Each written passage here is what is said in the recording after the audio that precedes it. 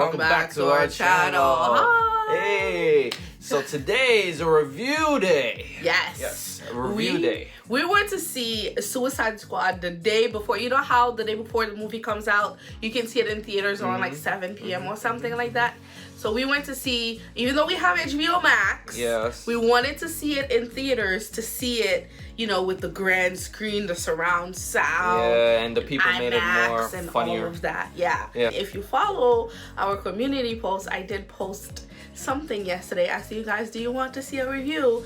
And one person said yes. So this video is for that one person. That one person, yes.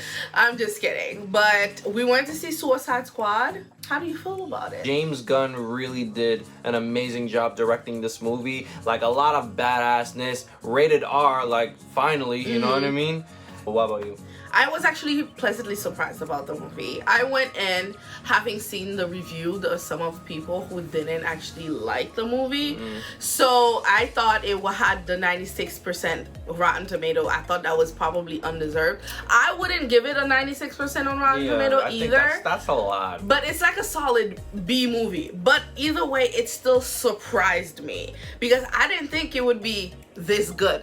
I didn't think I would get this attached to the characters. Yeah. And James Gunn even said, or somebody from the movie was like, don't get attached. And I didn't think I would be attached. I thought these were superficial characters and stuff like that. I low-key did. You know, like the characters from the first Suicide Squad movie. Like they didn't really go in depth with the characters.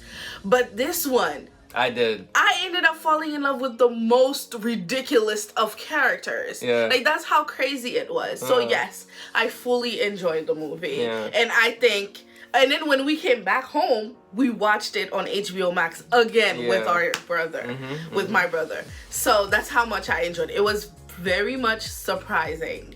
It really was. This one, I really enjoyed that James Gunn made the plot more enjoyable to follow. There was a lot of, like, dark comedy. Yeah. It's not just regular, it's dark comedy. It's rated R. And I love that. Dark comedy. Especially, like, when that Weasel man, that whatever. Was so weird. It was so disgusting and cringing looking, yet funny at the same time. Especially by the way, spoilers if you haven't seen the movie. Yeah, spoilers. So 3, 2, 1. Yeah, spoilers. Here we go. When Weasel Man was like drowning, and everybody was just looking while he was suffocating on the water. Until the guy went to try to save him. Yeah, and I'm like, damn. And all the gore and stuff like that, it was very satisfying. It was very satisfying, as a DC movie should have been. You know? I don't know. The gore was a bit over the top for me. Like, I don't mind a good gore, but this one was crazy. I loved it. And it was, in the beginning, they sent in the first team. I thought this was going to be the main characters. Yeah! Those were the people that we saw in the trailer and stuff like that. We saw the other ones too. But it turns out they were just a distraction. And 90% of the team died in the most horrible. And then the guy that detached his arm. Yeah. I'm like, what the hell were you planning on doing with that shit? Like, it was just like, what kind of ability is that? I thought it was like, oh, okay, it was kind of cool. But then he was doing the bare minimum with it. Yeah. And then he got shot. And it was funny, but at the same time, just like, what the fuck were you thinking? Yeah. Think, man, think. Like, think, Mark. I thought it would have been cool if the hands can like float at like super speed. It was literally just gliding. It was gliding and like that. That's literally how it went down. And I'm like, no way could they. Why did they recruit you? Like, you were by far the most. It was a distraction. And then Amanda sent in the best team on the other side of the island for them to have a chance. And I thought, oh shit. Yeah. They got me, because I didn't think that she would have had a second team on the. I thought this team was gonna go and die, and then she was gonna recruit a new team to try to get in it. Right. You know what I mean? After all the gore, when Boomerang Man and everybody, the first team just got massacred. That's how they started. Warner Brothers proudly presents with the blood of the guy's head exploding in the water. So that was cool. That was very. I like the way James Gunn did that because that caught all of us by surprise. Yeah. Because me and Booth, we were a little bit late. The middle of the movie, I felt like there was a lot of not unnecessary. It's just that I don't know if this was supposed to be the tone of the movie, but it felt like so many people died and so much zero fuck was given about it. If you know what I mean. Not one. Not just like characters that were helping them, that were trying to help them succeed in their task. And it just goes to show how much these guys are bad guys. They're not good people. Nah. They were in prison for a reason. I really loved Idris Alba in this movie. He did such an amazing job. I'll be honest, like when I first saw remember the first Suicide Squad trailer? Yeah. Of the second Suicide Squad? Yeah. And we saw Idris Alba, I'm like, I don't like this change. I don't like the changing and whatever. But I'm like, you know what? Let me give it a try. And Idris Elba did an amazing job. Okay, since we're talking about characters, who's your most favorite character in this movie? My most favorite character is definitely King Shark. Oh my God, King Shark. I love him. I don't know why. So cute. He is a murderer. Yes, he eats people. But at the same time, there's this weird thing about his eyes. Like, it's so cute, right? It's so cute. It's so adorable. You kind of forget, like, it's a fucking huge shark in front of you with huge teeth. You look into his eyes and he's just so... He's stupid. He's stupid, but, like, naive and innocent. And then just in a way that, you know, animals don't understand what they're doing. They have to eat, so they eat. Like, that's what he is. But then, again, it was that kind of, like, character development of him trying, like, when the rat girl asked him if they wanted to be friends, you kind of see a shift in his perception of the group, where he kind of tries to consider them as his friend. Even when they were walking in the polka dot guy fell, he was like, I'll carry friend. I was like, that was so cute. He's so cute. There was also some people in her team I was happy to see.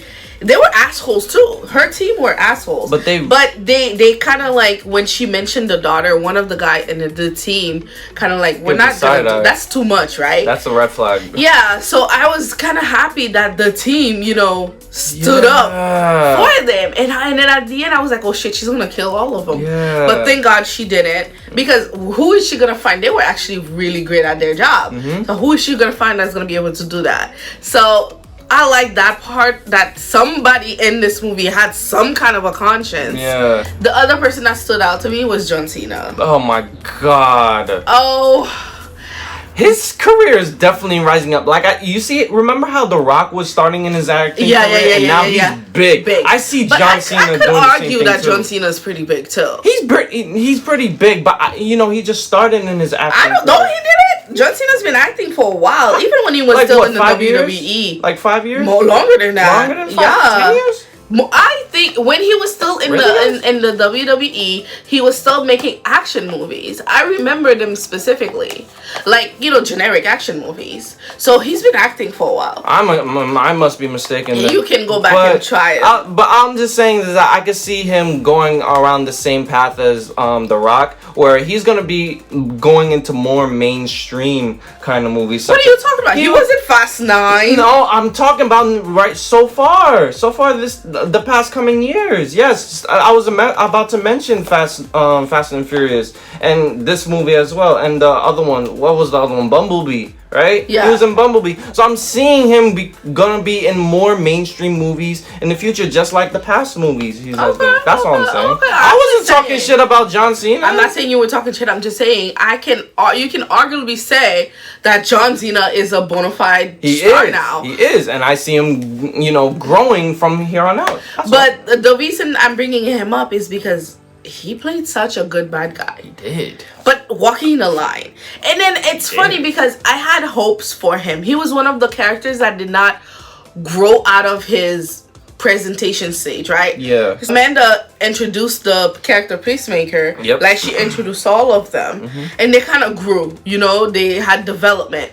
John Cena was the one that I was hoping would have development, but he still held on to his core beliefs when he tried to kill Ratcatcher. And low-key, I can't be mad at him because he said it. Yeah. He said, I'm willing to kill any man, woman, and child in order to keep my perception of the peace. Damn. And he was willing to walk the walk. He talked the talk, and he was gonna walk the walk. And there's not a lot of actors who successfully go from being a very funny, hilarious person to a very dead-ass, serious, no shits barred person. Like, he literally perfectly transitioned from comedic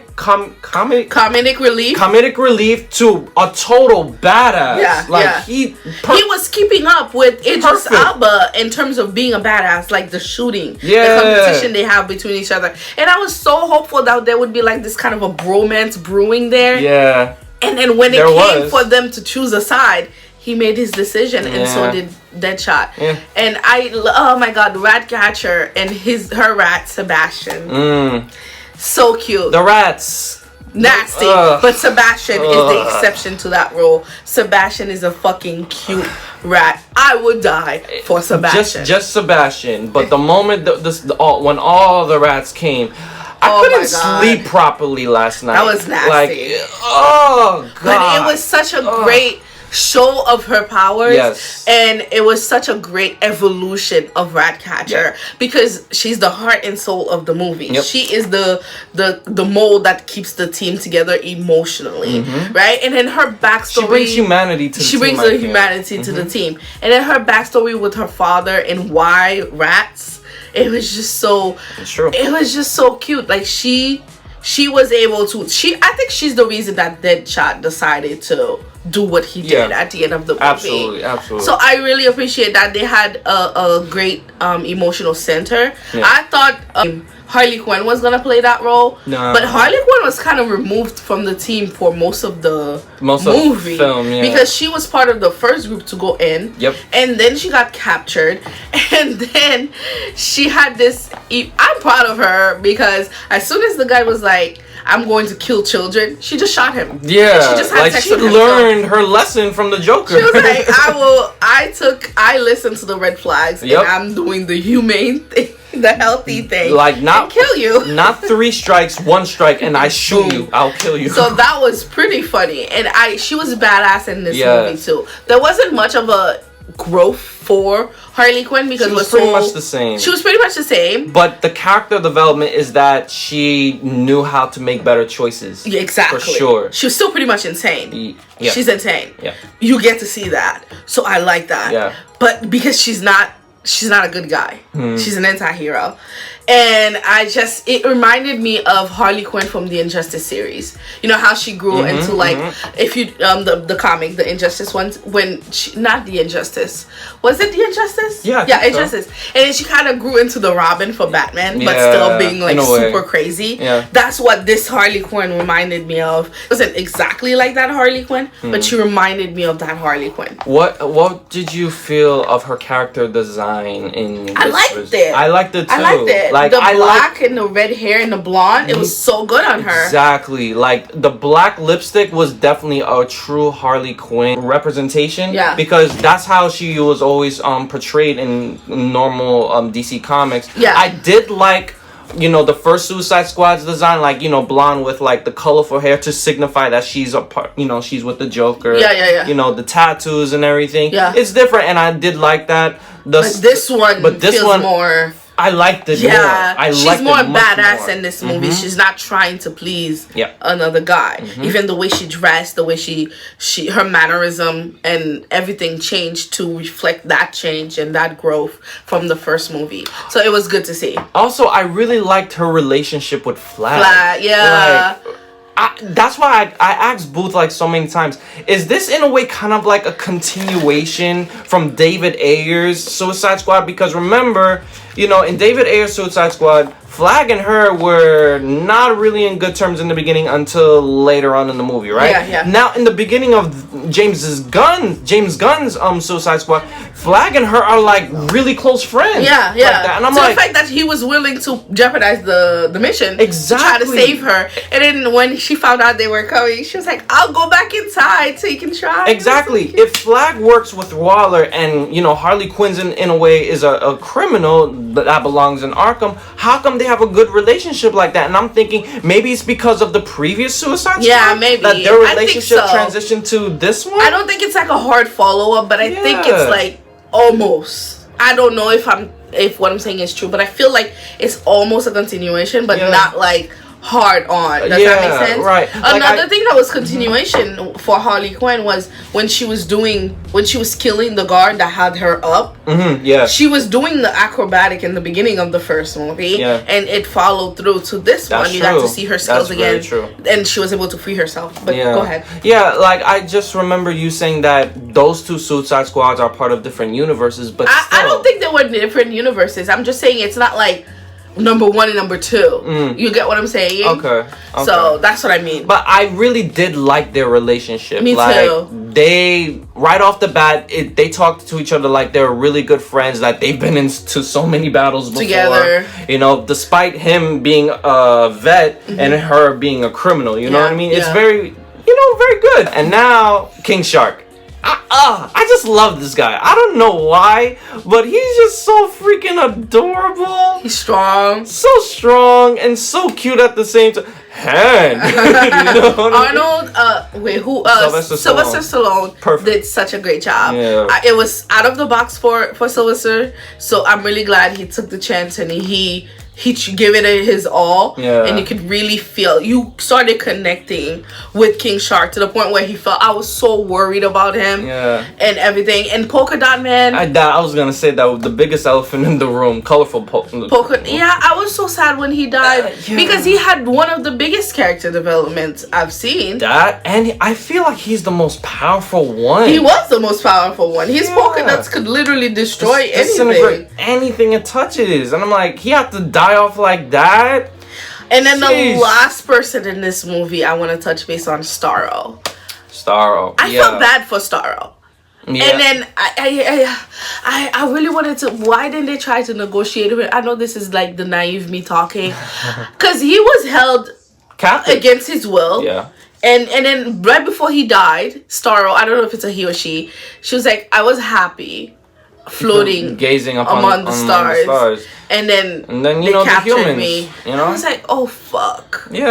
Oh fuck. You could really feel like, and then at one point I was like, go ahead Starro, destroy everything, just destroy it all, kill everybody. I mean, I wasn't mad at Starro doing what he did, because at the end of the day it's going to politic talk, but at the same time, like, just mind your business. Just mind your business. Don't take things that's not a part of this earth. Don't take things that is so alien and foreign. Why would you do that? Why? Like, and then they put it on her for 30 years, torturing it. He was like, 30 years he's had me here, torturing me. And then Ratcatcher and Flag was trying to put it out into the world to display what they did. What they did to Star, what they did to the people.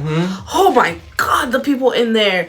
But at the same time, I'm just like, fuck. And the way Flag and Peacemaker was fighting, it kind of gave me a familiarity to Marvel's when Iron Man and Cap was fighting. It was like the same kind of ideals where, Iron Man and Peacemaker were thinking for just the safety of the country, kind of, in a sense. And then it was idealism. Flag is like idealism, Cap and Flag were like idealistic, like, this is something that needs to be done. Like, everybody has the right to know. It's like, how far are you willing to go to protect your country? Like, Peacemaker was like the opposite end of the spectrum, complete, and then Flag was like on the other end. You know what I mean? Not even completely. He was willing to do some horrible shit, but at the same time there were some lines that you just can't cross. And Peacemaker didn't care about those lines as long as his country and how his country looked to others, was protected. And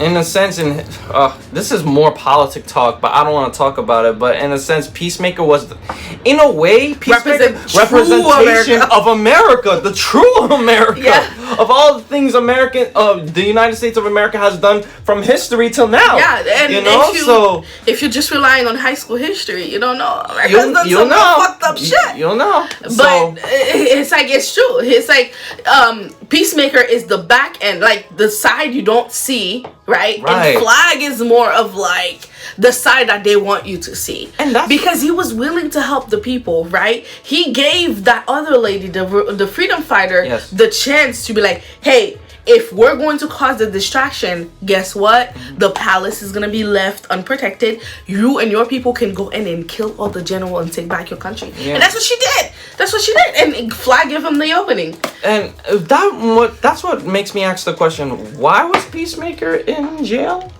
Like, he's like a perfect American soldier if you really think about it. He probably crossed the line. He told you what he did. He killed, like, involving children. Women, children, he didn't care. He probably went too far. That's probably too far for protocol, right? Yeah. Okay. So, anyways, that was our thoughts, what we liked, what we didn't like.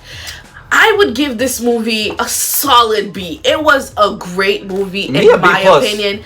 Very surprising. Yeah. I did not expect the tone, the plot, and the characters to be the way that they did. Yeah. It went above being superficial. It really, and it had so many characters to take care of. Yeah. And it developed so many of those characters in a surprising manner that I love that. I would watch it again. I would definitely watch it again. We did. Like, for me, 4 times. If you have HBO Max and you don't want to spend the extra money, watch it on HBO Max. It's free. It's not like Disney Plus where you have to pay extra. It's free. But if you want to see it on the big screen to enjoy it with your friends, to enjoy the whatever, go watch it in theaters.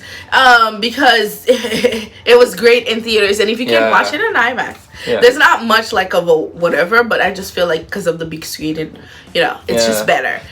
Also, we forgot to mention the unexpected deaths in this movie. God. Like, we did not expect Boomerang to die like that. Yeah. We did not expect the first group to die off like that. Literally at the beginning. Flag, we did not expect to die, because he was the main character in the previous Suicide Squad, so they killed him off in this one. I'm like, damn. Especially the way he did it like that on his heart. They showed the heart being cut. Yeah. And shit, like, that was unexpected. There were some satisfactory deaths. Starro killing the guy that kept her in prison. And this is not a death. Why do I say her? Starro. And this is not considered a satisfying death, but it was satisfying nonetheless when Waller was just going ham. She was about to kill everybody. She was about to kill everyone for just saving the people. And I'm like, okay, you are gone, girl. You are gone. And then the team. Oh, the most satisfying that was ever. So good. Satisfying. James Gunn did a good job with that idea. Like, I love that part. Like, shut the fuck up. Like, shut your ass up, for real. Calm down. You stay in your little corner. Be over there. That's it. Anyways, this was our thoughts again. We love the movie. Sorry if it was a little discombobulated, but we were just so excited about the movie. We hope you liked our review, which is not really a review. We're not professionals or anything. We're just wanting to share our thoughts. We hope to get there one day. Yeah, maybe. Let us know down below what you thought of the movie. Did you like it? Why didn't you like it? What did you like about it? Did you see it in movies? What's your favorite part of the movie? Did you see it in the movie theaters or did you see it on HBO Max? Yeah. Let us know down below, and don't forget to subscribe, like, and leave us a comment. We love to hear from you guys. Follow us on our socials, and we'll see you on the next video. Bye. Bye.